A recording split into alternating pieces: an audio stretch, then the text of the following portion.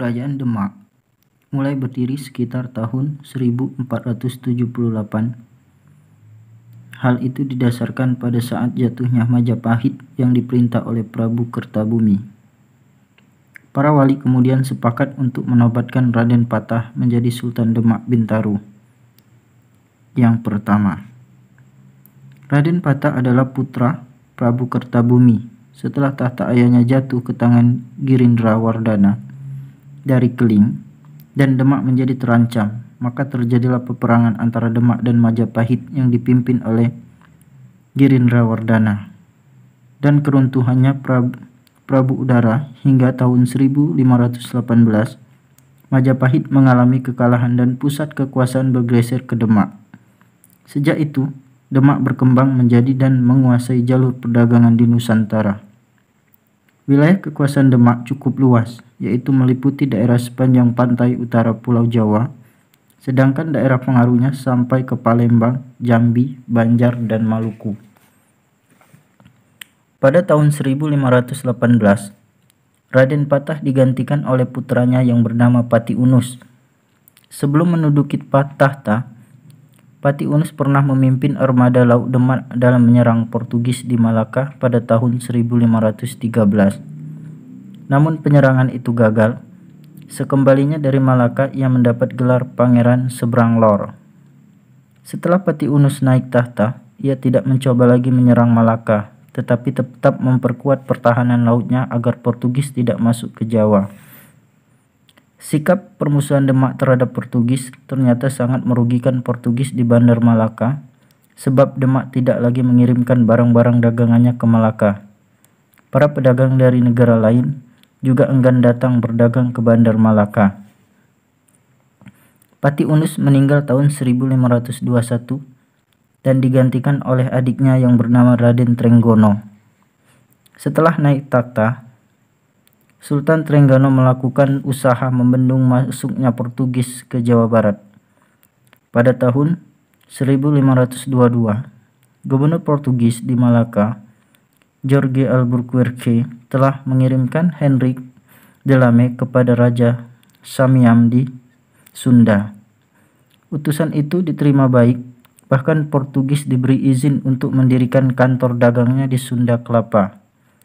Mendengar kabar itu, Sultan Trenggana mengutus Fatahillah berserta pasukannya untuk menguasai Jawa Barat agar Portugis tidak dapat masuk ke Jawa.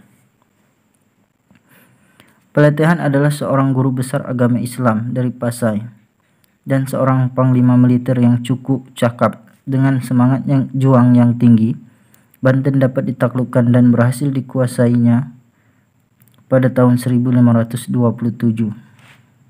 Kemudian menyusul Sunda Kelapa yang jatuh ke tangan pasukan Demak. Tentara Portugis yang baru saja tiba dari Malaka dan akan memberikan bantuan kepada pasukan Sunda dapat pula dihancurkan. Atas kemenangan itu, Sunda Kelapa diubah namanya menjadi Jayakarta. Setelah itu menyusul Cirebon dapat dikuasai Demak tahun 1528. Akhirnya seluruh pantai utara Jawa, mulai dari Banten sampai Gresik, berada di bawah kekuasaan Demak. Atas jasanya yang besar itu, Fatahillah dikawinkan dengan adik Sultan Trenggono dan diangkat menjadi Raja Cirebon.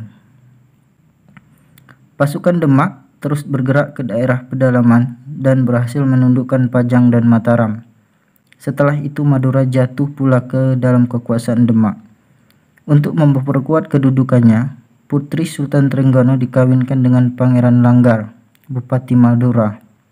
Kemudian Jaka Tingkir, putra Bupati Pengging, diambil menantu oleh Sultan Trenggono dan diangkat menjadi adipati di Pajang.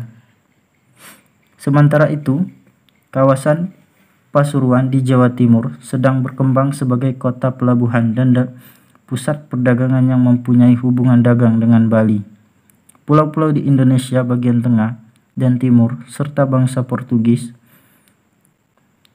Hal itu jelas merupakan saingan bagi Demak, sehingga pada tahun 1546 Demak menyerang Pasuruan dan dengan pimpinan langsung oleh Sultan Trenggono dan Fatahillah. Terjadilah pertempuran dahsyat sehingga menewaskan Sultan Trenggono Setelah rajanya gugur, pasukan Demak patah semangat dan seluruh pasukan ditarik mundur kembali ke Demak.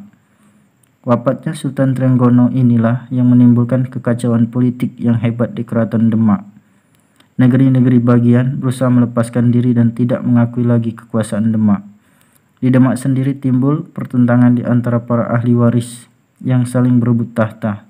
Orang yang seharusnya menggantikan kedudukan Trenggono adalah Pangeran Sekar Sedoing Lepen, namun ia dibunuh oleh Sunan Prawoto yang berharap dapat mewarisi tahta kerajaan. Adipati Jipang yang bernama Arya Penangsang, anak laki-laki Pangeran Sekar Sedoing Lepen, tidak tinggal diam karena ia merasa lebih berhak mewarisi tahta Demak. Sunan Prawoto dengan beberapa pendukungnya berhasil dibunuh dan Arya Penangsang berhasil naik tahta. Akan tetapi, Arya Penangsang tidak berkuasa lama karena ia kemudian dikalahkan oleh Jaka Tingkir. Pusat kerajaan kemudian dipindahkan ke Pajang dan berakhirlah kekuasaan kerajaan Demak pada tahun 1568.